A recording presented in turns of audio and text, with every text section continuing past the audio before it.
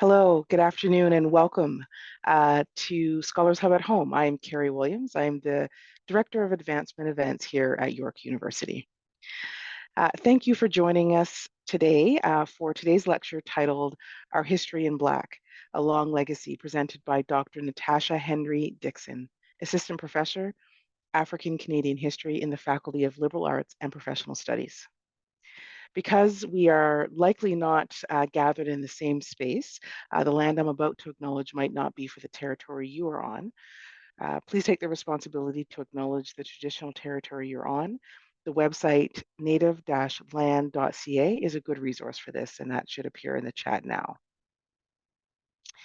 As a member of the York University community, I recognize that many Indigenous nations have longstanding relationships with the territories upon which York University campuses are located that precede the establishment of the institution.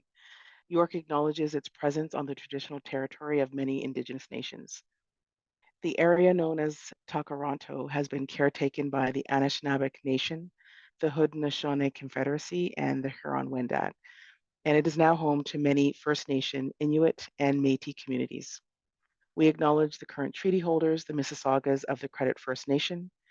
This territory is subject of the Dish with One Spoon Wampum Belt Covenant, which is an agreement to peaceably care and share for the Great Lakes region. Excuse me. I also acknowledge the shared histories of oppression of peoples of Indigenous nations and of African descent on this territory and throughout Turtle Island. We would like to take a quick poll of the audience. The question is, and it should appear, is how would you rate your knowledge regarding Black history in Canada, which is the topic of today's presentation? Just give everybody a moment to respond. It should pop out on your screen. It's helpful for Dr. Henry-Dixon to know a little bit more about who's in the audience.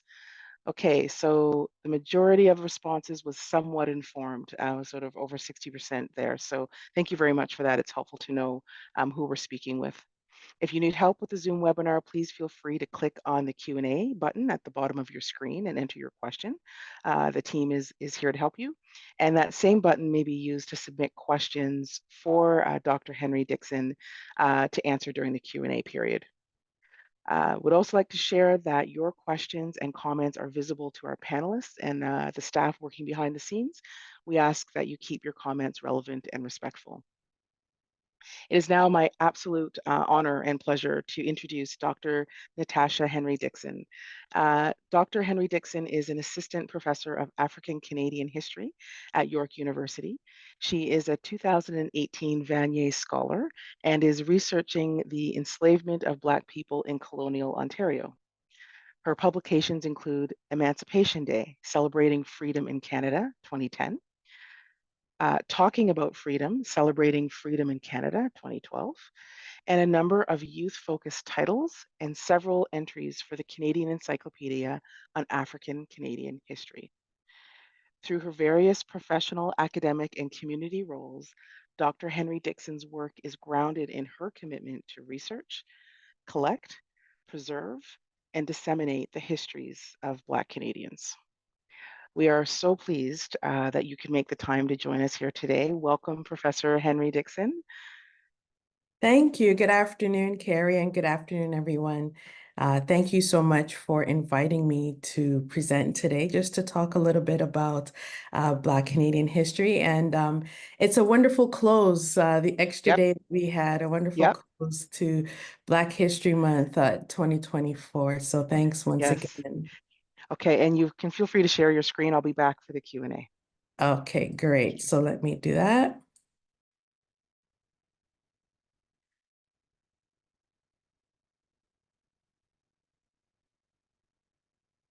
The title of my talk today is Our History in Black, A Long Legacy. And I wanted to start off by just giving a brief overview of how we've come to recognize Black History Month today. It has a very long history. Dr. Carter G. Woodson, who's called now the father of Black history, he and a few colleagues, they established what was then called the Association for the Study of Negro Life and Culture in 1915. A few years later, in 1926, they started what was then called Negro History Week, which rolled into a full month of recognition and what we now called Black History Month. The endeavors of the association, which continues through today to chart the triumphs and the contributions of African Americans and the African diaspora, their work was deliberate work in order to challenge the ways that Black people were positioned in history, a growing field, a discipline, as well as the rhetoric in society and ideologies. And so Dr. Woodson dedicated his life and career to execute this very intentional, scholarly, intellectual, and educational intervention.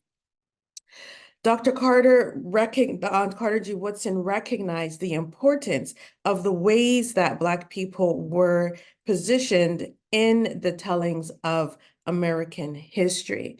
He said, if a race has no history, if it has no worthwhile tradition, it becomes a negligible factor in the thought of the world and stands in danger of being exterminated.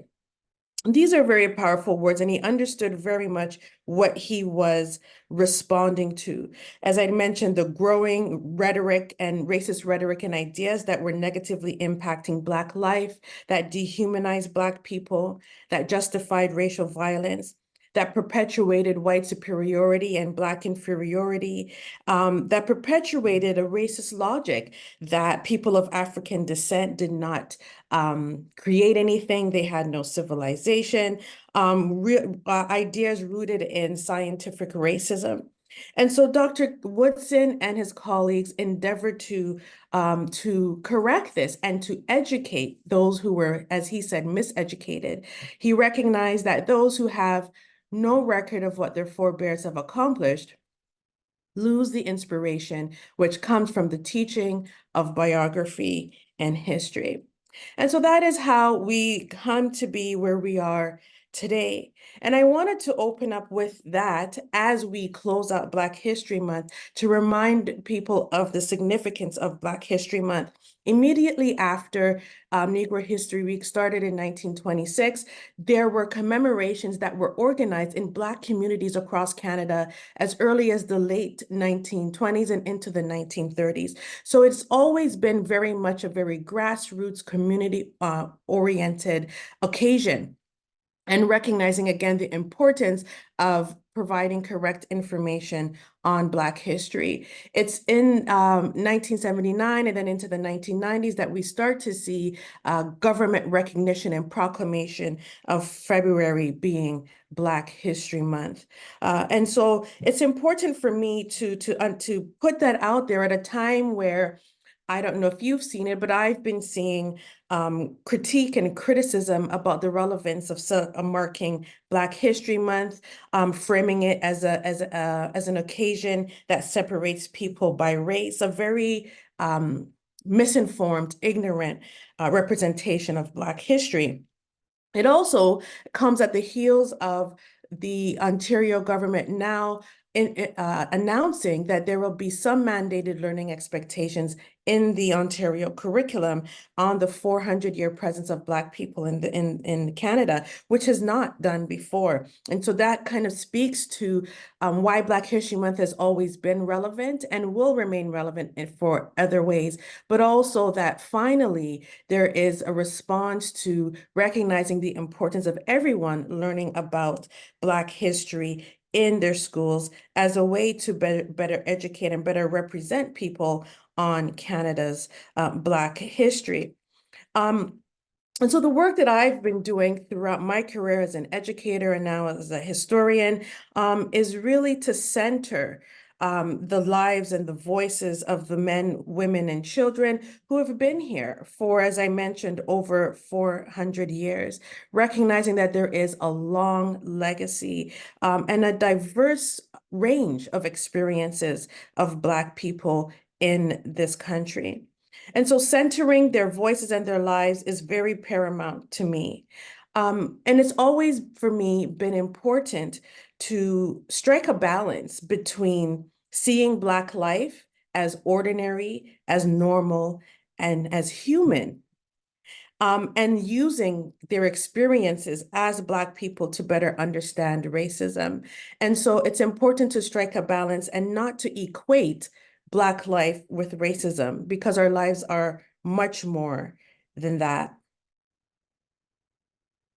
So in understanding our long legacy, I'm going to provide share a few stories in a chronological way that helps us to understand this long legacy in Black, and to get us to think critically about how these stories should be positioned in a way that again centers Black people themselves.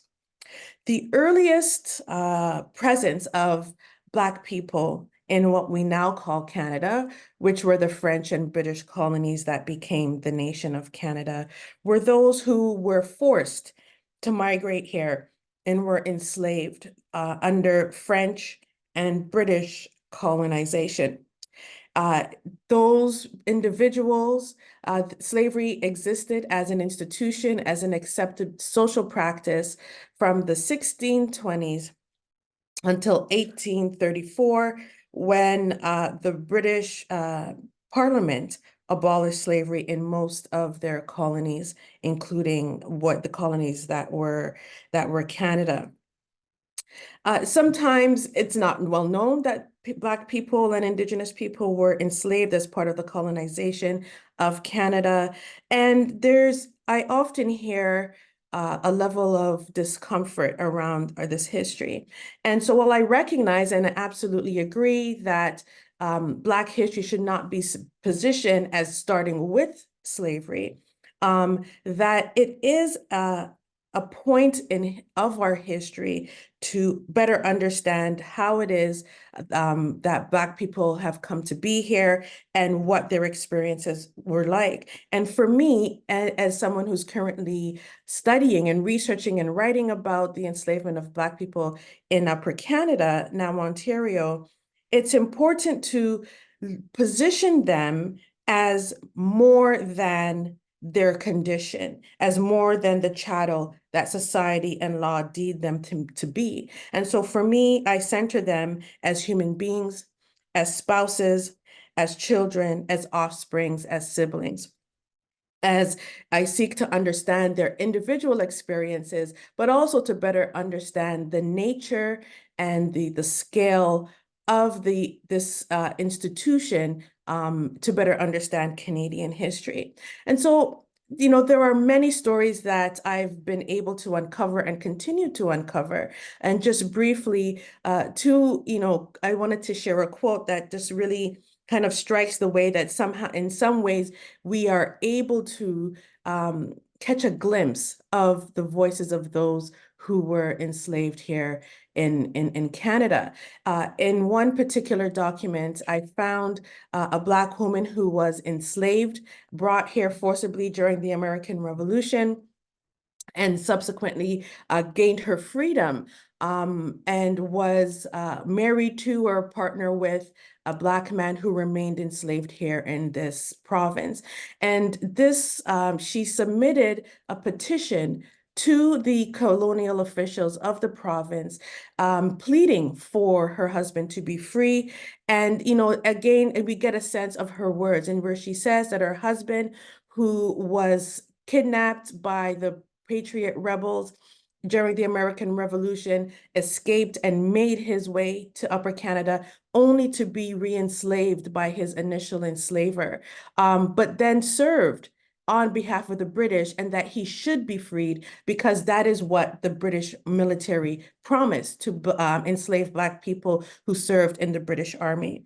her story is striking in that we hear from a Black woman in the records, archival records that are often, particularly that's time period, records produced primarily by white men of position and power, and that the moment that she obtained her freedom, she advocated for the freedom of her husband. And so again, we can see a glimpse even within these dynamics that were intended to subjugate them and exploit their labor, that we can get a sense of relationships, of humanity, of love, even in their experiences.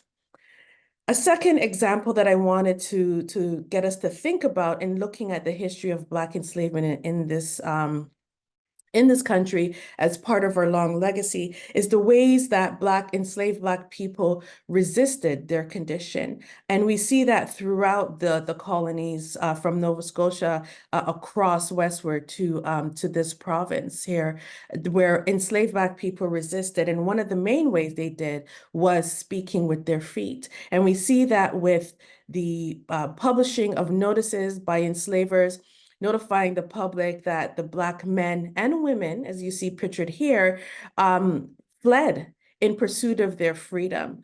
And so again, when we get to look at this particular part of our history through the lens of those Black individuals, we gain a sense and a better appreciation of who they were. To think about that they were willing to risk fleeing their safety, to leave and escape the conditions that they were faced, and to pursue their freedom for themselves. And in the instance of Bet, in this runaway ad from Kingston in 1818, her young child. And Bet is actually, her story is actually quite interesting, and is a story that I wrote a chapter on to explore her experience in this province. As I mentioned, enslavement was abolished by the British in 1834, effective August 1st, which actually became Emancipation Day. And as a result, Canada became increasingly a place of preference for freedom seekers from the United States. And so the Black population continued to grow. The response of a white colonial society at that time was, for the most part, to begin to separate and exclude Black people based on their race. While many people increasingly felt that slavery should be done away with, they didn't necessarily feel that Black people were equal to them, to white people in society, and felt that they should be separated. And we start to see this very clearly in the beginnings of the establishment of public schools. Here is a map of a school district in Essex County in 1842. One of the areas right near the Detroit River that resulted in a increase in the Black population, where school officials created racially segregated schools for Black children to separate them from white children. And we see this here with the establishment of SS number 6. And so we would see this grow throughout as a practice. And education has always been an area that has been important for Black Canadians, important in terms of their pursuit of freedom and betterment, and for their liberation. And these struggles continue through today and have a very long historical record that we may not be familiar with when we see Black parents and Black communities advocating today around education, that it has strong historical roots. And so this practice, again, was something that was accepted and was actually upheld by the courts in this province and in other provinces as well. But and here is a picture that gives us is very striking and gives us a sense of the impact of racially segregated schools on Black children and their family. Here we have Black students at a school in Colchester, in this school picture in 1888, physically separated from the majority white student body and the teachers. And so, these were just some of the ways that Black children were physically segregated because of their race and the impact that it had on them. Um, and as always, in the pursuit of justice and equality, Black communities challenge these practices.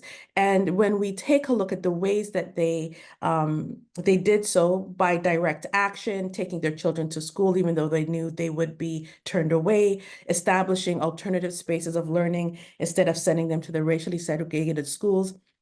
They also filed court cases against public school trustees and school officials in order for the courts to intervene. This is an example of one of the many petitions that were submitted to the then Superintendent of Education, Egerton Ryerson, and this is from the Black community in Hamilton, Ontario, just a year after the map that I showed you in 1843, and they very clearly make their case, saying that they pay their taxes, but their children are excluded from the schools, that they are often physically assaulted in the streets because they are Black.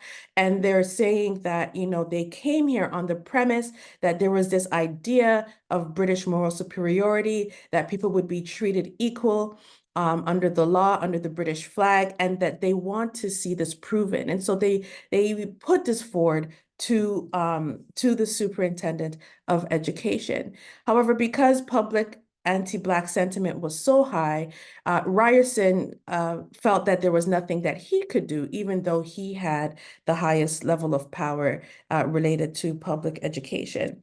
And so I share this to say that there's a long legacy of advocacy of the Black community in relation to education improvement for their children, and that when we take a look at a lot of the historical evidence, we can see very clearly where Black Canadians stood in regards to the matter of education. And so it's important for us, again, to think about how we can center their voices and their perspectives and their actions in seeking remedies for this, the anti-Black racism that they faced.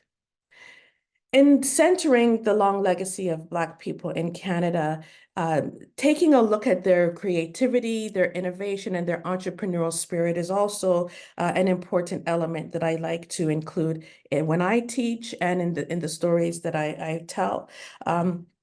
One interesting story is that of these two gentlemen, Cornelius Sparrow and Robert Patterson. Both men escaped slavery in 1851 and 1852, respectively, and made their way to St. John, New Brunswick. Both men would go on to establish various businesses, a hairdressing salon, an oyster shop, restaurants, owning various properties, and also becoming leaders in the Black community in that city. We see the two men pictured here and at the door at the entrance of one of their of Mr. Sparrow's businesses.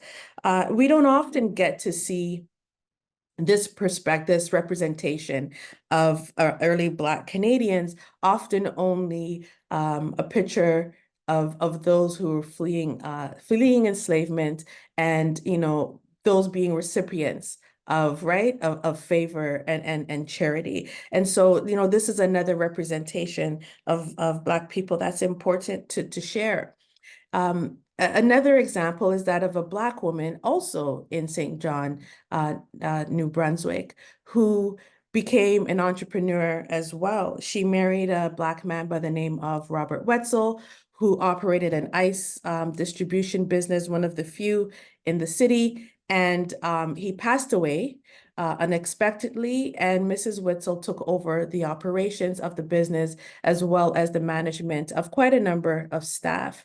And this is something that she would continue to do. And because of the time period in the late 1800s, she was actually criticized as a Black woman for the work that she did, the leadership that she held, as well as supporting the community, those in need. But she persevered and continued, and eventually sold her business in 1900 and would become one of the wealthiest women in the United States at that time when she moved to New England. So there's, I talked about the 400-year presence of Black people. There have been many communities established across Canada planned communities or neighborhoods where Black people have resided, where they built their homes and their families, where they established institutions like churches and schools, community organizations, benevolent societies. This is just one of many. And it's important to highlight again, because when we talk about a long legacy, their legacy includes the very ordinary ways that they did things, such as farming and clearing the land, taking care of their families. And so these are important things to highlight. One person that I wanted to highlight in terms of the long legacy of Black people in Canada was Marianne Shad Carey. She was recognized with the stamp pictured here this year by Canada Post.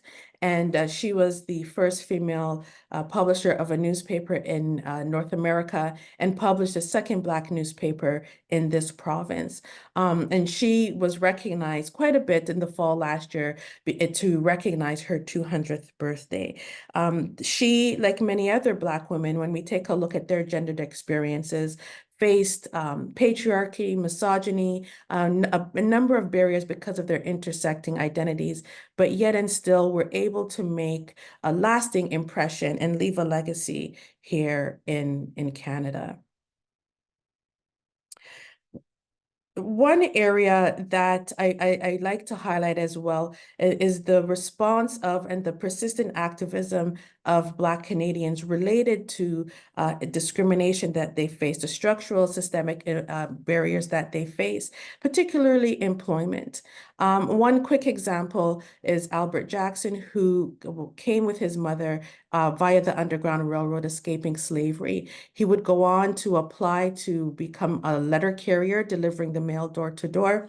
And he faced quite a bit of resistance by his white colleagues. They did not want to train him. They didn't feel, as many white residents of Toronto, that a Black man should have this job. And I tell his story because it's just one of many of the ways that when civil servant jobs became more prominent, that Black men and women were barred from these jobs. People wanted these jobs because of the pay and the security. And so when we recognize the first often happening late in our history, even though there's been a long presence, it's important for us to think critically about why these firsts have happened late and the systemic barriers that they faced. Albert Jackson was a postal carrier. We also see this exclusion and the ongoing fight in areas such as policing and firefighters, and the Black community advocated for that. Over and over until systemic changes were made. And we can also see that in the military as well. George Morton here was one of the first postal carriers in Hamilton, but would go on to fight again because Black men were excluded from the military during the First World War. And all of this advocacy of Black men and women led to the organization of the first Black unit, the number 2 Construction Battalion. But yet and still, they still face systemic discrimination because they were Black. And it wasn't until a couple of years ago that the federal government apologized to them. And so, I highlight again that these periods of activism throughout the 20th century, going into, this time period is important for us to think about when we look at some of the statistics around employment today, that there is a historical correlation to the employment levels, whether they're overrepresented or underrepresented as it relates to Black Canadians.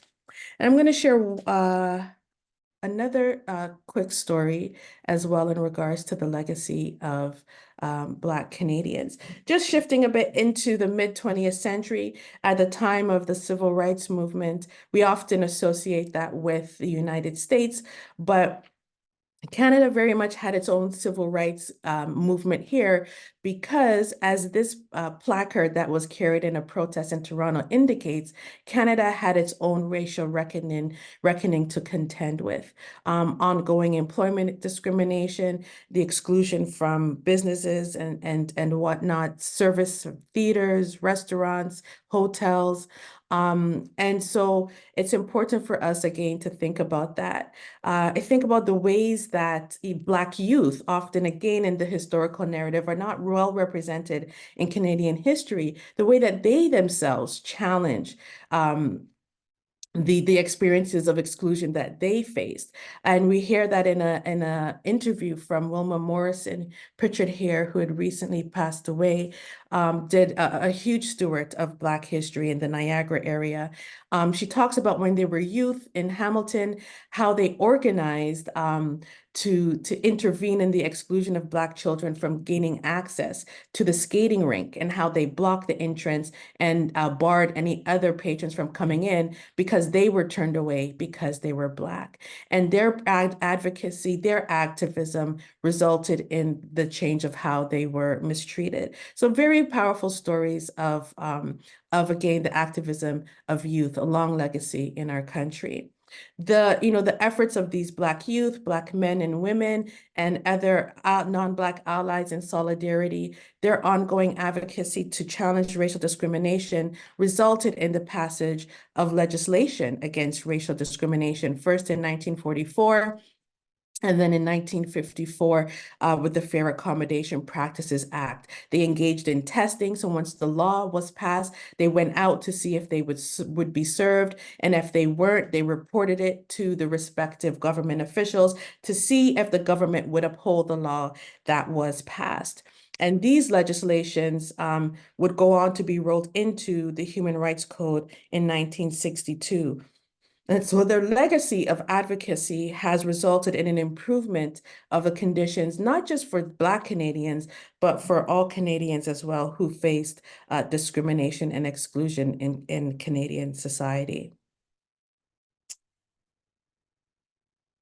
Viola Desmond was the first Black female lawyer, a woman to graduate with a law degree in Canada in 1953. And her story is quite interesting because she came from settlers who had came from Oklahoma in 1911 and settled in Alberta, where she attained her degree. Her experience again is a way that speaks to the legacy of Black people going westward into this country. She talked about her experience and her motivation for continuing to pursue her goals, even though she was viewed as a Black woman, and that was framed as something as being an impediment. But she said that she was told, not to pursue a law degree, but that because she was a colored girl, but nonetheless, she went on ahead. So these stories of Black Canadian history, time and time again, young people who are now adults, talk about how much pride they gain by learning about this long legacy of people of African descent here in Canada, their experiences, their struggles, and their contributions. And it is important for us to teach our children and also the wider public to develop a better awareness of this history. And so that is a lot of the work that I strive to do. And so when we hear people talk about Black Lives Matter, it is both a statement and a call to action. It's important for us to recognize these stories, to humanize Black people in Canadian history, connect the stories of the past to the present. For me, it's also important, once we learn about these stories, how do we use them to help motivate us to continue to improve Canada, to make it a place that we all want it to be? And so for me, it's important as we close out Black History Month to think about the ways and to endeavor to teach these stories throughout the year beyond Black History Month, because these stories are Canadian history. And so for me, it's very important to do that. And that is what I will continue to do as we lead into the remainder of the year. And so, I just hope that this very brief overview of the long legacy of a Black presence in Canada gives you a bit of insight and also some tidbits for you to continue to research and learn more about Black Canadian history. And I'll leave it there, and we'll turn it over to open the floor for any questions that you may have.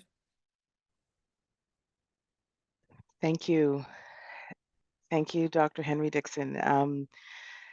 Uh, it goes without saying this is exceptionally timely and very, very informative. And I feel that you've given us as an audience enough to, yeah, continue to learn and continue to question. And, you know, Black people have been in this country for 400 years. That is just a basic fact that is not well known. Mhm. And yeah, so thank you. And I also want to acknowledge how much in your history telling that you've done so much to bring forward the stories and histories of Black women, because often that's not what's shared either, so just Mhm. thank you so much for that. You're welcome. Thank you. Um, we do have time for questions, so I'm just going to ask the audience to use the Q&A function at the bottom of your screen to ask your questions.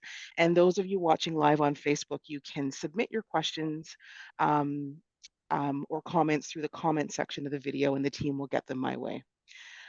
So we'll start with sort of your work and what motivates you to research Black Canadian experiences. Mhm. Well, my experience comes from being a student in Toronto and just being curious. I was just curious, how long were Black people here? What were they doing? Where did they live? And I actually encountered the book Freedom Seekers by Daniel Hmm. G. Hill, Hmm. an important historical text. And that just kind of, that book and, the following research just led me on this trail of becoming so enthralled with this that I wanted to share it. I knew that I wanted to be a teacher, and so I had started to develop learning materials as well as programs for young people to learn more about their Black history. And that led me to pursuing a degree at York University. So all my degrees are from York by African Studies, Black History, Anthropology, my teaching degree as well. And so when I became a classroom teacher, particularly in places that had a high Black student population, I wanted to ensure that students would be able to learn about this in class, right? That was what I had wanted for myself. And so that just led me on that journey then of becoming a historian and documenting these stories to share them with everyone because it really is. I found for me, once I learned more about that experience and what it meant for me to be someone born in Toronto, born in Canada, and that rich history, that it really did shift the way that I thought about Black presence and my presence in Hmm. this particular space. And so that for me has been a motivation for all young people to really get a better sense of the diverse experiences of Black people here. Okay, thank you. Um, we have a question from Deirdre. And Deirdre asks, why do you think there is such a resistance to Black history being taught in schools all year round? Mhm. Well, I think there were a couple of parts to that. One, first and foremost, and I will say that sometimes some of what is framed as Black history is not necessarily Black history per se, it's a Black experience, but Yes. is more colonial or quote unquote white history and what has been enacted upon Black people by the white majority. And so I think that some people have a level of discomfort around, the revelations of those things. So the exclusion from schools, the denial of hiring, the deeds, the restrictive covenants in deeds that says you can't sell land to Black people or property to Black people and whatnot. And so it then sheds a light on what was enacted upon Black people by white dominant society. And so I think people don't necessarily want people to know that, right? It is revelatory in that sense. And I also think as well that just going back to what I said about Dr. Carter G. Woodson and their motivations, that there continues to be a contingent of our society that do not want Black people to exist and to be Mhm. equal. Um, to exist in history books, to and to the extreme, to exist or to be visible in real life. And so when you then kind of normalize and humanize Black people and Black experiences, there are people who want to continue to have that racial hierarchy, if you will. And we see that coming through, and it's very visible in some of the statements, for example, by government officials, politicians, people in leadership and power. We do see that. And it's a reality that we have to speak out loud about and to address that, these are some of the realities. And so the accurate representation of Canadian history, we must continue to push for that. One of those examples being through Black experiences. And so I think for me, those are kind of two of the things that for me are consistent throughout our time, and we continue to see that today. And so I hope that, when we get through a couple of generations of having a bit more exposure to Black history through schools, that it will reduce some of these views, right? That then perpetuate and continue to perpetuate these ideas and practices of anti-Blackness in our society. Yeah, thank you for that. I feel like I have a personal example that I think almost illustrates some of what you just talked about. There was a Mhm. photo on one of your slides when you started talking about, after you set the context, there was a photo of um, it's a drawing and the man is sawing wood, that Mhm. piece. I have not seen that photo since I was in grade 6. Mhm. And it was a photo that was in my textbooks. It was a social studies textbook. It was called Maritime Studies. Mhm. And it had chapters of all of the various groups of people who settled in the Maritimes. Mhm. And what that photo reminded me of, and I literally have not seen it since then, is how the history in this book, the Black history in this book was one page and it was that photo. And, of course, the Scottish chapters were large, the Dutch chapters were large, and I remember that day in school. It was, Mhm. it was, we got to that chapter and I looked ahead and I knew what was coming. We got to that chapter and the teacher was visibly uncomfortable talking about it. We didn't even spend the full period on it and we moved on. And it was Mhm. just that picture. It was Mhm. centered around that picture. Mhm. And, so to your point that with generations, how is it going to change? So for my Mhm. children, how's it going to do the work you're doing now? The fact Mhm. that we're able to hear this from you now, and you're able to do all of this work is so significantly different than what was even in the 80s, which is when that Mhm. happened.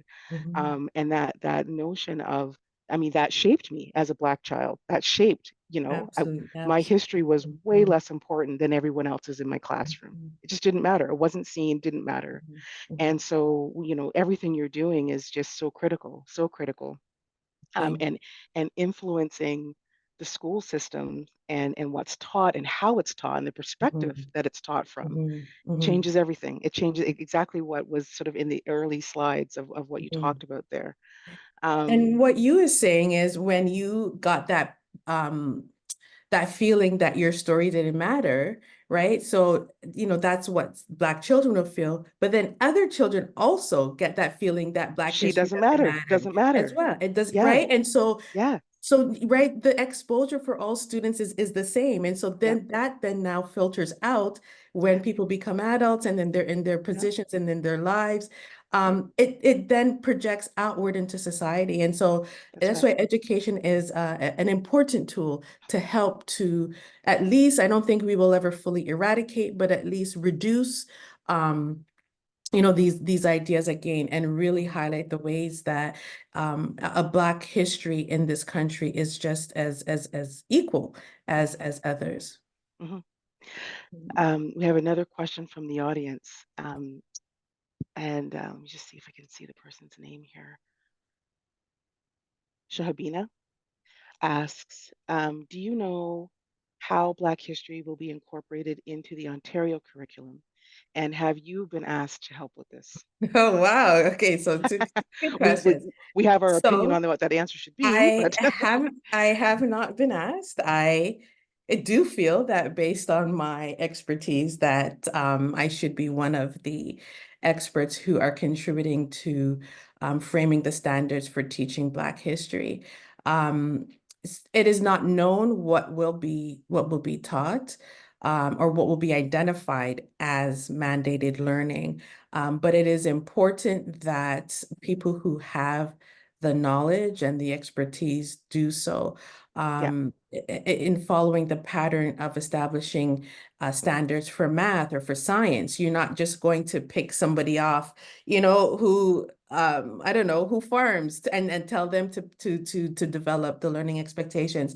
And so it's important that it is treated as a discipline, and that people with historians and researchers, educators, there are many educators who have been teaching Black history for years, even though it's not mandated learning. And so, it's incumbent upon us as community members, as parents, as educators, to keep a very close watch, but also to be very involved in this process, as the government did say that they intend to do, and that we make sure that we hold them accountable to that. okay. Well, if that's something that we can do as a community to, Mhm, um, just again, bring more awareness to your research and work, because this is deeply researched and highly informed mhm, to sort of impact curriculum in Ontario. Another question is that you talked about this a little bit earlier in your presentation, but I'm wondering if you've researched sort of the intersections between Black and Indigenous histories, and wondering mhm. if you can share a little bit more on some learnings there. Well, yes, yes, I have. And, to better understand Black history, you have to be well versed in colonial history, European That's right. history, history of North America, which is, rooted in the dispossession of, right, Indigenous North Americans from their lands. And so the histories are connected and distinct. And so in my research, I've seen, for example, in looking at enslavement in Canada, the ways that, for example, the early stages of enslavement, the majority of those who were enslaved were Indigenous people. And a lesser number of the total were people of African descent. And then with British colonization, that shifted to pretty much exclusively Black people who were enslaved. And within these, we see the ways that Black people and Indigenous people who were enslaved together, intermarried, had children, resisted their enslavement together, running away. The stories are just so interesting when we take a look at a micro level at what was happening. In later points in history, going to the Underground Railroad era, there were examples of Indigenous people helping African American freedom seekers make their way to freedom. And so there are a lot of connections to these between these two groups who have been subjugated under settler colonialism. Okay. Thank you. So much, so much work there to do. And here at York University campus, the DEDI strategy that was launched last year centers. It starts with decolonizing. It starts Mhm. with that piece, and um, I have found it. I don't know how you have found it. Sort of, how do you engage with that strategy with your perspective, and help others to continue to engage with that strategy. And I wonder if the curriculum in that's looking to be added to the Ontario curriculum sort of acknowledges that at all. Mhm. Well, we have a heavy contradiction in that Yes. education and public education is a colonial institution. Yeah. And so the idea of education is to assimilate people into a colonial society to perform whatever roles what have been deemed right appropriate for them. So education has always been played that role.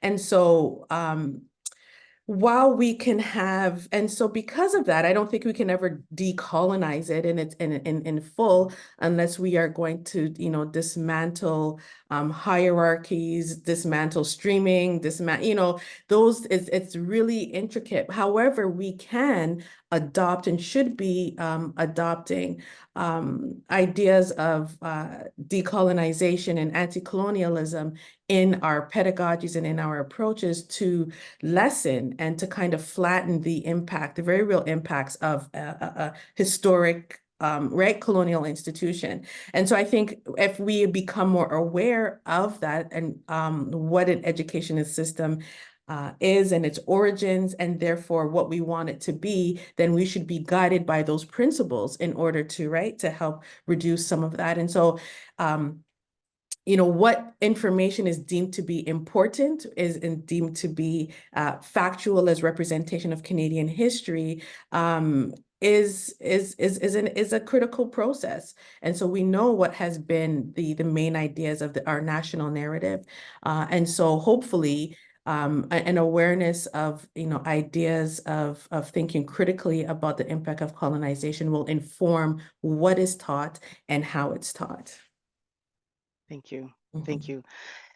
Time for one more question, if you're okay with that, Yes, yes. Dr. Henry-Dixon. A comment in from the audience. Keep up the good work, Dr. Thank Henry-Dixon. you. So, a question from somebody who goes by the last name Thompson. In terms of teaching Black history in school, what are your thoughts that in this process, teaching should be starting in the lower grades Mhm. and not just in the grades announced by the Ontario government? Mhm. Thank you. You're right. Yes, absolutely. Black history should be taught as early as possible, as early as students are introduced to history. What I've come to understand is that there are two things being talked about with this announcement. There is Black history as part of a discipline proper, right? History and social studies. And then there is the conversation around Black representation and Black content in all subject areas and throughout all grades. So there are two things that are taking place, and sometimes I'm hearing them being conflated. And so the announcement, in my understanding, is in response specifically to social studies and history as a discipline, which is important. And based on the grades that are announced, that is when history is taught as quote unquote, right, as a discipline. But then we also have the conversation of the representation of Black people in various subject areas, in various disciplines, in science, math, and whatnot. That is also another part of that conversation. And so both are important, but it's important for us not to, right, not to conflate the two.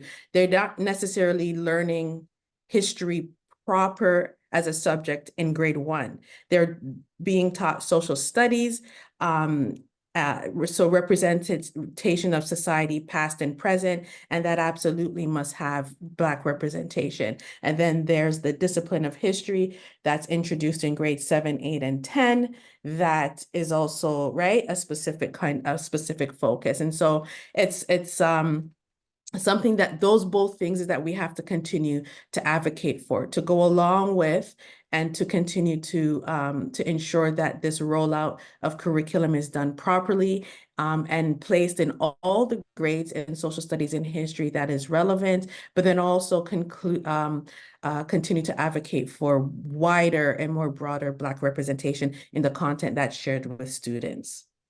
Right. And I wonder, how do I phrase this question? So, one of the things you talked about was, slavery ended in this date, 1836, I think it was the year 1834. 1834.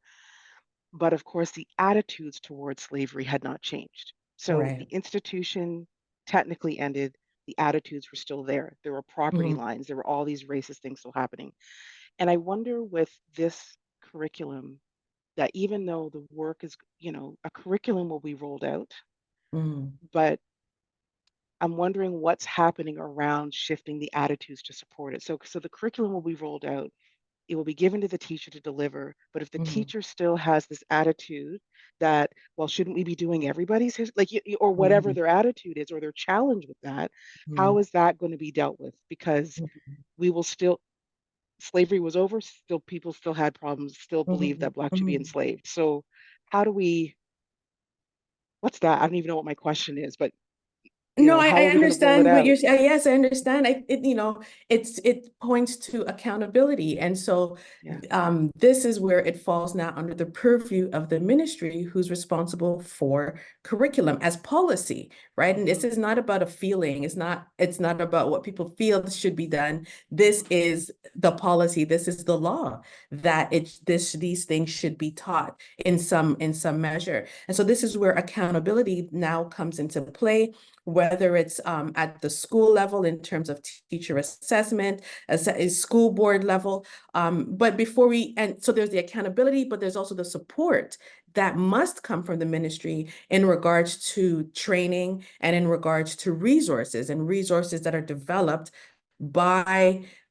experts, right, that highlight what should be taught and how it should be taught. And this needs to be ongoing. Like a 20-minute PD session is not going to cut it for, how to teach some of those mandated expectations. And so hopefully, there's and teachers themselves were students of a school system where they didn't learn it either. So we have that catching up to do. So hopefully with more education in the school system, more education in faculties of education that are training teachers, more professional learning for teachers, more resources, that it will increase the comfortability of and the ability and capacity of people to teach Black history in a proper way. And for those who want to continue to resist and push back, then there needs to be some accountability measures for those individuals. Yeah. But the Which reality is that it will happen. So it will happen, it and will. it will be, and that's what history has shown us. And that's Yes. part of what you talked about in your Yeah, lecture to us exactly. is, this policy, these laws were put in place, and then it's how do we ensure that my grade 6 teacher's feelings Mhm. have nothing to do with it, Yes. And Mhm. anyway, okay, we could go on. um, that with that, we're pretty much at time. So thank you so much for being with us today on this very special last day of February. Professor Henry-Dixon, thank you very, very much for joining us. Thanks for Uh, having me. Thank you. okay, you're welcome to turn your video off now. We do have one more poll question for our audience, and that is, how would you rate your knowledge of Black history in Canada following this lecture and discussion? Scholars Hub will be back on Wednesday, March 13th at 12 noon. Join us for the lecture titled Daylight Savings Time. It's time to get rid of it, with Dr. Patricia Lankin Thomas, professor from the Department of Biology in the Faculty of Science.